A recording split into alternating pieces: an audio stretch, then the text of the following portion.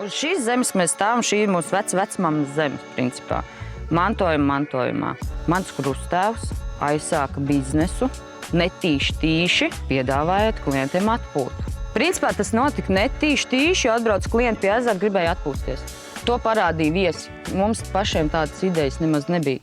Paši krusttēvam samaksāja pirmos 5 latus, lai apsēstos pie ezera un atpūstos uzceptu gaļiņu. Un tad tā tas aizgāja. Tā mazliet ķēdīt iekustējās. Tad sapratu, ka kaut kas no tā varētu veidoties. Iztīrīja visu plūdmalu zonu, krastus, izveidoja pirmās piknika vietas. Pirms 10 gadiem uzcēla kempingus.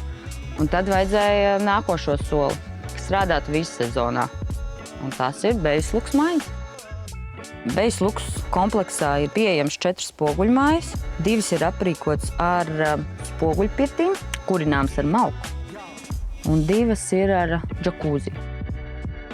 Svarīgākais bija, lai manai ērtībai un viesu ērtībai, lai šīs visas platformas, gan Airbnb, gan Bookings, gan mana mājaslapa, tiek sasinhronizētas, saslēgt vienā platformā, un es redzu visas rezervācijas vienu vietu. Ar to lieliski tik galā uzņēmums Grandem, kas palīdzēja mums šo sistēmu uztaisīt un, respektīvi, man kvalitatīvi un man ērti pārvaldīt rezervācijas.